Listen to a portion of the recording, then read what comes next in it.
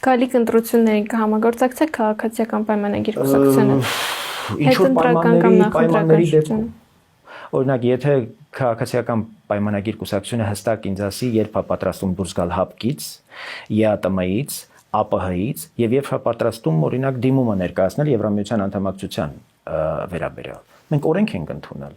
Այդ օրենքը մեր ստորագրությունների արդյունքում նախագիծ ենք տվել, ազգային ժողովը ընդունել է մարտ ամսին 2025 թվականին։ Դրանից հետո որևէ ճանապարհային քարտեզ չի նախանշվել։ Ինչ քայլ է դրանից հետո արվել։ Հայաստանը ավելի մոտեցել է Եվրամիությանը, ոչ։ Հայաստանը ընդամենը ասում է, գիտեք, մեր ռազմավարական նպատակը Եվրամիության անդամ դառնալն է, բայց Եվրասիական տնտեսական միությունից դուրս գալը մեր օրակարգում չկա։ Այս չի լինում։ Սրանք չափազանց կարևոր պայմաններ կլինեն։ Կասեն, մեր պայմաններին ընդառաջ կգնա գործող իշխանությունը։ Գուցե կհամագործակցենք, որովհետև տեսնում ենք նաև համագործակցության շրջանակ, բայց տեսնում ենք նաև կամքի բացակայություն, տեսնում ենք ահռելի վախեր։ Իսկ վախերը երբ են առաջ գալիս, երբ որ նյութը քեզ